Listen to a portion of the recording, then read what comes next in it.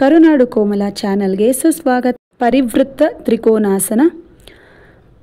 ಉಸಿರನ್ನು ತುಂಬಿಕೊಳ್ತಾ ಎರಡೂ ಕಾಲುಗಳ ನಡುವೆ 3 ಅಡಿ ಅಂತರವನ್ನಿಟ್ಟು ಕೈಗಳನ್ನು ಭೂಮಿಗೆ ಸಮವಾಗಿ ಎತ್ತಿಡ್ಕೋಬೇಕು. ಉಸಿರು ಹೊರಗೆ ಹಾಕ್ತಾ ನಮ್ಮ ಬಲಗಾಲನ್ನು ಬಲಗಡೆ ತಿರುಗಿಸಿ ಎಡ ಹಸ್ತವನ್ನು ಬಲಪಾದದ ಪಕ್ಕ ಇಟ್ಟು ದೇಹವನ್ನು ತಿರುಗಿಸಿ ಬಲಗೈಯನ್ನು ನೋಡಬೇಕು. ಉಸಿರು ತುಂಬಿಕೊಳ್ತಾ ದೇಹವನ್ನು ನಮ್ಮ ಹಿಡಿತದಲ್ಲಿ ಇಟ್ಕೊಂಡು ನೇರವಾಗಿ ಎದ್ದು ನಿಂತ್ಕೋಬೇಕು. ಕೈಗಳು ಭೂಮಿಗೆ ಸಮವಾಗಿ ಅಂದರೆ ಪ್ಯಾರಲಲ್ ಆಗಿ ಇರಬೇಕು. ಈಗ ಉಸಿರು ಹೊರಗೆ ಹಾಕ್ತಾ ಬಲಹಸ್ತವನ್ನು ಎಡಪಾದದ ಪಕ್ಕದಲ್ಲಿಟ್ಟು ದೇಹವನ್ನು ತಿರುಗಿಸಿ ಎಡ ಹಸ್ತವನ್ನು ನೋಡಬೇಕು. ಈ ಸ್ಥಿತಿಯಲ್ಲಿ ಸಹಜ ಉಸಿರಾಟದಲ್ಲಿ ಕೂಡ ಒಂದು 10 ಸೆಕೆಂಡ್ಸ್ 20 ಸೆಕೆಂಡ್ಸ್ ಉಳ್ಕೋಬೋದು. ಇಲ್ಲವಾದರೂ ಪರವಾಗಿಲ್ಲ. ಉಸಿರು ತುಂಬಿಕೊಳ್ತಾ ದೇಹವನ್ನು ನೇರವಾಗಿ ಇಟ್ಕೊಳ್ಳಿ. ನಂತರ ತಾಡಾಸನದ ಸ್ಥಿತಿಯಲ್ಲಿ ವಿಶ್ರಾಂತಿ.